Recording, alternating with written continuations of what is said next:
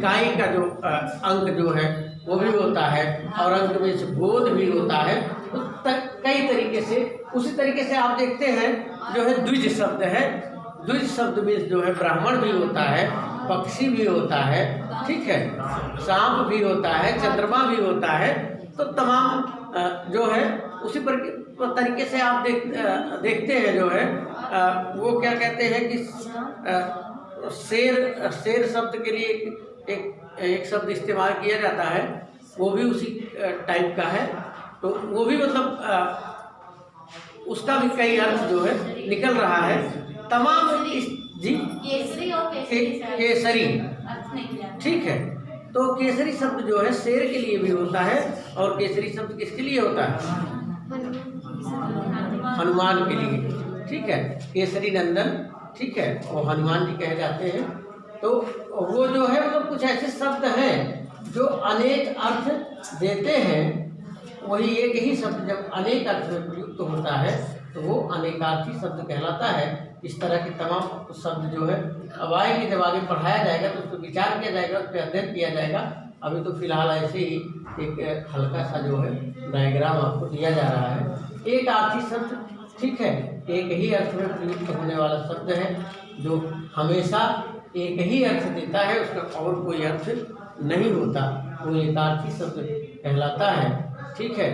तो इस तरह के शब्द आप तमाम उदाहरण ले सकते हैं जो केवल एक ही अर्थ दे रहा हो और उसी अर्थ में ही प्रयुक्त होता है। जैसे गाय हो गई, ठीक है, गाय हो गई, भैंस हो गई, किताब हो गया, ठीक है, किताब हो गया, या किसी का नाम जो है जिसका नाम एक ही अर्थ देने वाला हो वो एक अर्थी शब्द के अंतर्गत आ जाता है। अब हम बात करते हैं रचना या बनावट के आधार पर शब्द के भेद। तो अभी इस पे भी प्रश्न उठेगा, बड़ा विवाद भी है, लेकिन वास्तव में जो है कामता प्रसाद गुरु और एनसीईआरटी की पुस्तक जो है वो रचना या बनावट के आधार पर दो शब्द की बात करती है।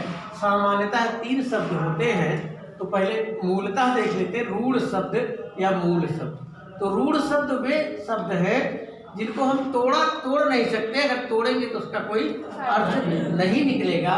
जैसे नाक शब्द को लेंगे तो ना और का को अगर अलग करते हैं तो ना का अपना कोई अर्थ नहीं निकलेगा, का कोई अर्थ निकलेगा। कान भी इसी तरीके से ले सकते हैं, ठीक है।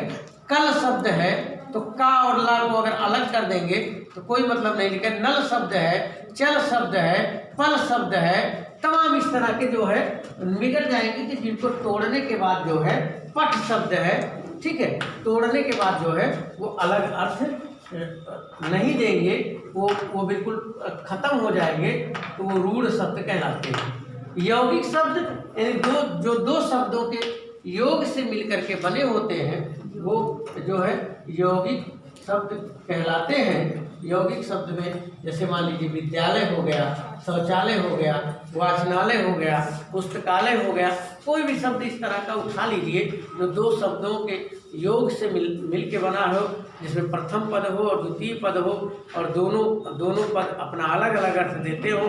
अलग होने के बाद भी वो यौगिक शब्द कहलाते हैं। और उसके बाद जो है अब ये कुछ विद्वान कहते हैं कि तीन प्रकार के शब्द होते हैं, एक रूढ़ होता है, एक यौगिक होता है और एक योग रूढ़ होता है। तो इसको अगर पहला मान लिया जाए, यौगिक को दूसरा मान लिया जाए, योग रूढ़ को तीसरा मान लिया जाए, तो इस आधार पर तीन, हालांकि कामता प्रसाद गुरु और एनसीईआरटी ये दोनों जो है दो ही शब्द की बात करते हैं और योग रूढ़ जो है ये यौगिक से उत्पन्न मानते हैं। तो योग रूढ़ शब्द ऐसे शब्द हैं जो किसी विशेष अर्थ में रूढ़ हो गए हैं। जैसे लंबोदर शब्द, दशानन शब्द, यानी बहुब्रीहि समास वाले जितने शब्द हैं वो जो है वो कुल मिला जुला करके योग रूढ़ शब्द होते हैं, ठीक है। तो आप पंकज को ले सकते हैं। पंकज एक ऐसा शब्द है जिसका अर्थ होता है पंक धंजा। पंक मीन्स कीचड़, जा मीन्स जन्म लेने वाला। तो कीचड़ में जन्म लेने वाला पंकज, ठीक है, कीचड़ में जन्म लेने वाला पंकज। और पंकज वो किसके लिए रूढ़ हो गया? कमल के लिए, ठीक है। जबकि बहुत से शैवाल और तमाम चीज़ें जो है, आपका घोंघा, आपका मछली, आपका तमाम चीज़ उसमें जो है कीचड़ में जो है जन्म लेते हैं, फिर भी वो कहीं नहीं कहलाते। वो जो है योग रूढ़ हो गया है पंकज शब्द इसके लिए, कमल के लिए। तो आइए अब हम आगे काव्य शास्त्रीय आधार पर चर्चा कर लेते हैं। जैसा कि हमारे काव्य शास्त्रकार जो है वो शब्द का जब अर्थ निकालते हैं वो 3 तरह का अर्थ निकालते हैं। एक अविधा निकालते हैं और दूसरा लक्षणा निकालते हैं, तीसरा व्यंजना निकालते हैं। और देव ने एक पंक्ति भी लिखा है, अविधा उत्तम काव्य है और मध्य लक्षणा लीन, अधम व्यंजना रस विरस उल्टी कहा नवीन।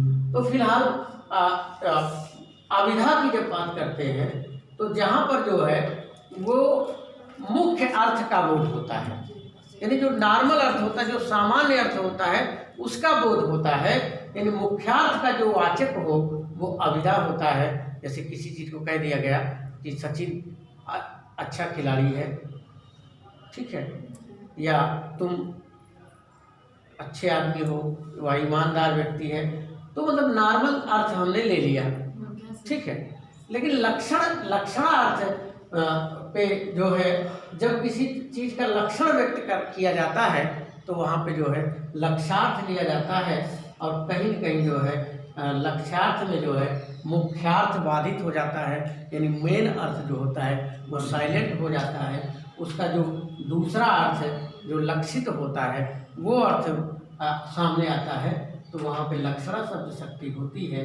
जैसे जो है हम कह देते हैं कि सचिन शेर है, सचिन शेर है, तो यहाँ पर शेर का मतलब शेर एक बहादुर प्राणी है। ऐसा नहीं कि उसके सचिन के पास 4 पैर है और वो नुकीले दांत है वो खा जाएगा। शेर का मतलब यहाँ तात्पर्य है उसके साहस और धैर्य की बात की जा रही है। तो शेर वाले लक्षण होने के कारण तो वहाँ लक्षणा अर्थ निकला सचिन शेर, वो 4 पैर वाला शेर नहीं बल्कि वो शेर की तरह हिम्मती साहसी, ठीक है। व्यंजना अर्थ में जो है जहाँ पर व्यंजित अर्थ निकले, मूल अर्थ जो है यानी अविधा अर्थ यानी मुख्य अर्थ और लक्ष्यार्थ दोनों बाधित हों, दोनों से अर्थ स्पष्ट ना हो पाए, कुछ और अर्थ निकले, ठीक है, वहाँ पर व्यंग्यार्थ होता है। यानी जहाँ पर व्यंग की बात होती है, कमेंट टाइप का उस तरह का होता है, तो वहाँ पर व्यंजनार्थ होता है, यानी व्यंजना शब्द शक्ति होती है, ठीक है। और व्यंजना का मतलब जैसे अरे आप तो बड़े गुरु हैं, ठीक है, लेकिन क्या हो, क्या हाल है, तो इस तरह का जो है मतलब कोई एक अलग अर्थ दे दे, पूरी तरह सारे अर्थ साइलेंट हो जाए और उसका कुछ अलग ही भाव निकले, तो वहाँ पर व्यंजना शब्द शक्ति होती है।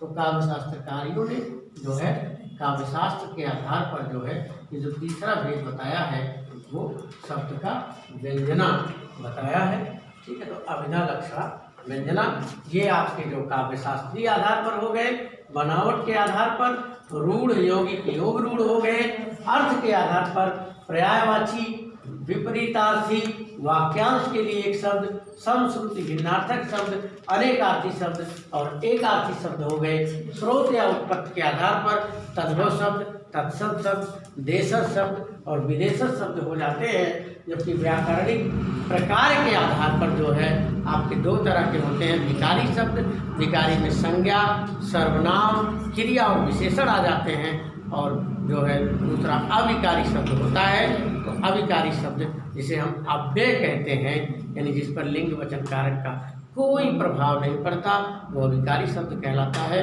तो इस तरीके से हमने आपको शब्द के बारे में एक मोटा मोटा आइडिया दे दिया।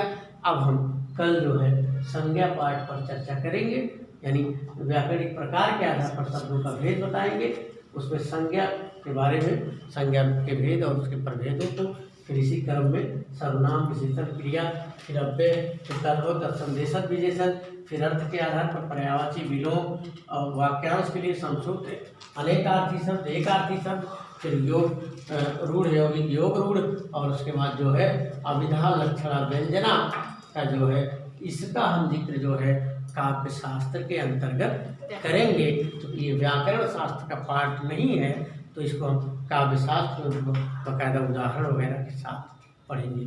तो हिंदुस्तानी मानस पॉइंट में आप लोगों का हार्दिक स्वागत, वंदन और अभिनंदन है। चैनल को देखिए। मैं जो है आप लोगों को फ्री क्लास दे रहा हूँ ये चैनल वाला, तो कृपया इतना तो आप कर ही सकते हैं कि लाइक कर सकते हैं, कमेंट कर सकते हैं, शेयर कर सकते हैं और सब्सक्राइब करवा सकते हैं लोगों को। तो इतना आप लोग कर सकते हैं, तो कृपया जो है करिएगा और जो है पूरी तरह क्लास का आनंद लीजिए। ठीक है, खुश रहिए, मस्त रहिए, स्वस्थ रहिए। धन्यवाद।